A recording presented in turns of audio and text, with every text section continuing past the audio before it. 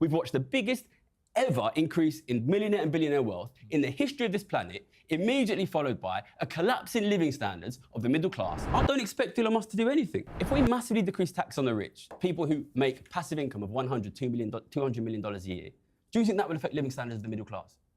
I don't know.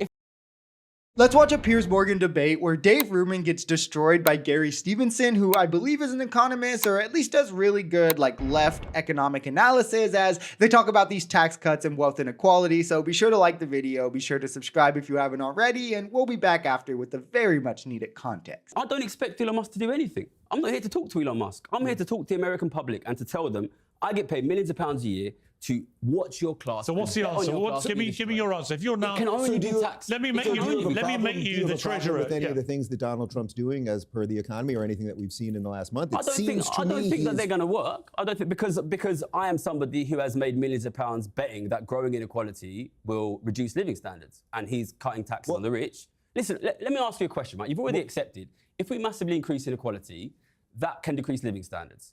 If we massively decrease tax on the rich, people who make passive income of $200 million a year, do you think that will affect living standards of the middle class? I don't know. If they increase their ownership of wealth, if they increase their consumption of goods and services, where does it fucking come from? Listen, we have sat here in the last 5 years. We've watched the biggest ever increase in millionaire and billionaire wealth in the history of this planet, immediately followed by a collapse in living standards of the middle class, a complete collapse in the ability of ordinary people to own assets, and nobody's drawing the connection. Income inequality exacerbates the wealth hoarding we see at the top, which leaves less money in the economy for those in the middle or low class, which is how their quality of living and life standards can deteriorate from income inequality increasing, which, as he correctly points out, we've pretty much already seen with record high corporate profits, stock buybacks, or just wealth in general at the top, all while homeless numbers spike, death by disease for uninsured people grow, grocery prices continue to increase, and it all stems from systems and symptoms of capitalism, where the only answer to this is solutions in which we'll pull back from the power of capital, like socialization of structures or progressive taxation. If taxation that is both incentivizes investment, as money hoarded is essentially money lost to taxation, but it circulates money that is hoarded back into the economy for all. This is why historically, when we've had higher tax rates, we've seen higher rates of GDP growth as well to go with it and less income inequality. Can you point to a country in the last century where socialism has worked? I will point to a country where taxing the rich at a fair rate led to good living standards for working people, United States, 1955. Dave? Well, I would say, again, in light of the fraud and criminal negligence that has been exposed, that is being exposed literally the second as we are recording this, the idea that we would be going in right now and saying to certain people, you should give the government more money and the government will be a good steward of those dollars. I mean, socialism did turn China and Russia from global poverty to global economic powers. It's the authoritarianism that has nothing to do with socialism that was the problem in those countries. But those of us who appreciate liberal democracies really are just pushing for more socialized structure because it's not even close in the outcomes they present. We aren't in the top 15 in the Human Freedom Index, which takes like civic and social and economic freedom, because all the socialized countries are ahead of us. We're not in the top 5 of healthcare innovation. We're not in the top 30 of healthcare fiscal sustainability, because all of those with universal socialized healthcare structures all beat us. It's pretty simple. If we funded more things to provide a better baseline for all, there would, one, be a larger pool of societal contributors to create more wealth in general going around, and it would also create better outcomes for those using these systems. But Elon Musk and Trump want to pull for that, all to fund more wealth for the top, because that's where they find themselves in the tax bracket. I am for everyone keeping as much of their hard-earned money as possible. Piers, my guess is you have more money than me. I don't deserve your money, and I can't have it. I sincerely hope I do, and no, you don't.